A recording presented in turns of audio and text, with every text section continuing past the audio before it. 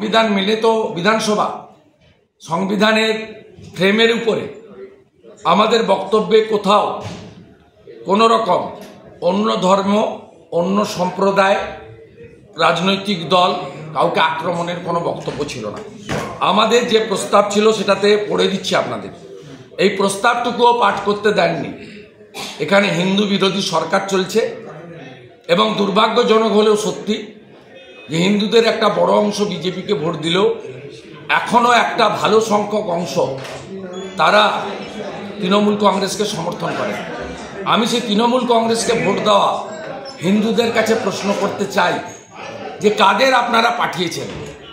অধ্যক্ষ বিমান বন্দ্যোপাধ্যায় তিনি আমাদের এইটা পড়তে দেননি। এই লেখাটা আমি আপনাদেরকে পড়ে দিচ্ছি, আমার সোশ্যাল মিডিয়াতেও আমি পোস্ট করব। ভারতীয় সংবিধানে ধর্মের স্বাধীনতার অধিকারের কথা সুনির্দিষ্টভাবে বর্ণিত আছে।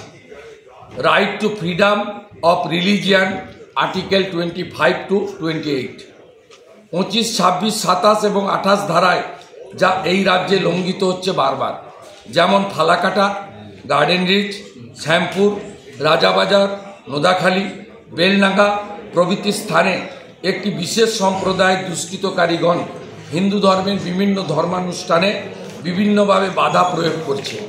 সংবিধান বিরোধী এই ধরনের হানাহানি, অগ্নিসংযোগ, দেবদেবীর মূর্তি ভাঙা প্রভৃতি বন্ধ করার ক্ষেত্রে রাজ্য সরকার কোনোরূপ ব্যবস্থা গ্রহণে সম্পূর্ণরূপে ব্যর্থ।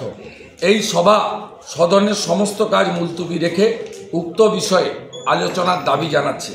সিগনেটরি শুভেন্দু অধিকারী, শঙ্কর ঘোষ, মনোজ ওরাও, অশোক দিন্না।